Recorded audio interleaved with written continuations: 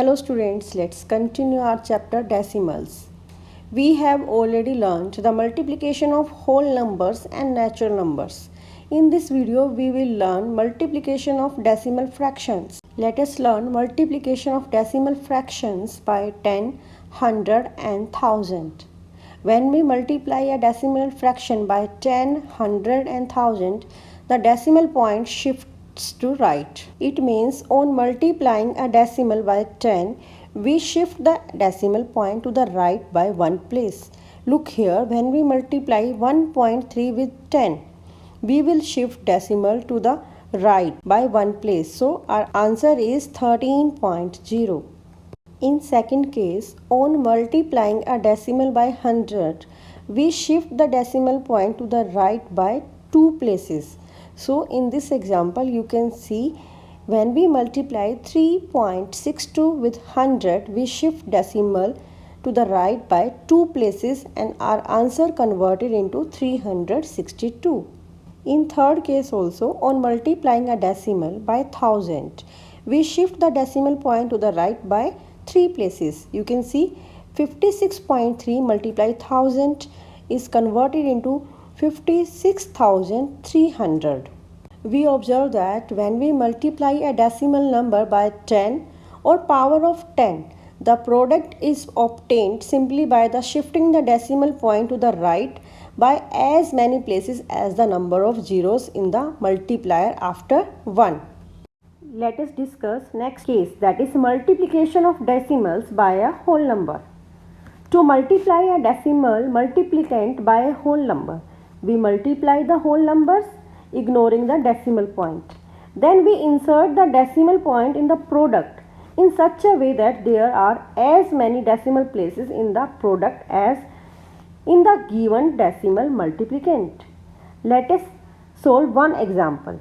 In this example, we have one whole number 15 and one decimal fraction, that is 6.5. We multiply them just by ignoring the decimal, and we will put the decimal in the answer after one digit because decimal is given in decimal fraction after one digit. Let us discuss next case, that is multiplication of a decimal by another decimal number. The product of two decimal numbers will have as many decimal places as the sum of decimal places in multiplicand and multiplier. Let us solve one example. Here we have 2.34 multiply 1.2. We will multiply them like whole numbers. Then we count decimal places in the problem. Then put the same number of places behind the decimal in the product. So here we will put decimal after 3 decimal places. In this way we will get answer 2.808. Next is division of decimal fractions. First is division of a decimal fraction by 10, 100 and 1000. When we divide a number by 10, 100 and 1000, the decimal point shifts to its left as many places as the number of zeros in the divisor after 1. You can see in first example, after dividing 4.8 by 10, decimal shifted to 1 point to the left. So our answer is 0.48. Similarly, in second example, after dividing by 100, decimal point shifted to 2 points on the left. So answer converted into 0.027. This rule is applicable for all cases when we divide any decimal fraction by 10 or power of 10. In that case, we shift the decimal point in the dividend to the left by as many places as the number of zeros in the divisor after 1. Next case is division of a decimal by a whole number. In this case also we perform division just like whole numbers. Then we place a decimal point in the quotient directly above the decimal point in the dividend. Next case is division of a decimal by a decimal fraction. In that case, first of all, we will change the divisor to the whole number by moving the decimal point to the right until after the last digit.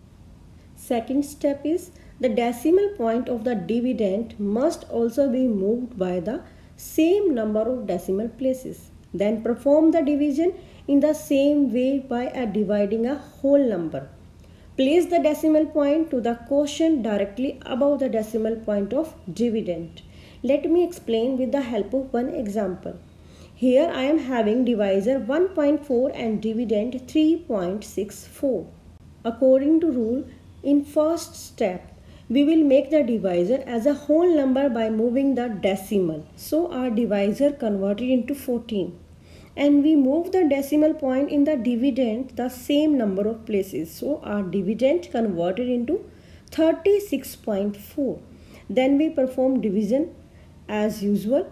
After that, we line up the decimal point in the quotient with the decimal point in the dividend. Answer is 2.6. Now let us discuss about conversion of units. We have already learnt about the metric system for measuring units. Look at the table. Here we have prefix kilo, hecto, deca, unit, deci, centi and milli.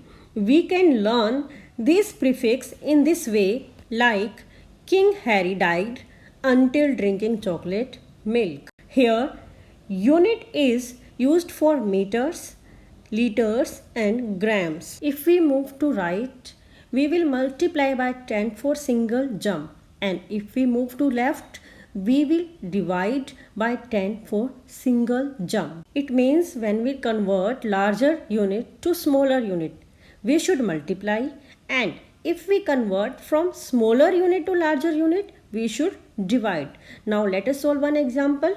Question is 1 kilometer equal to dash centimeter.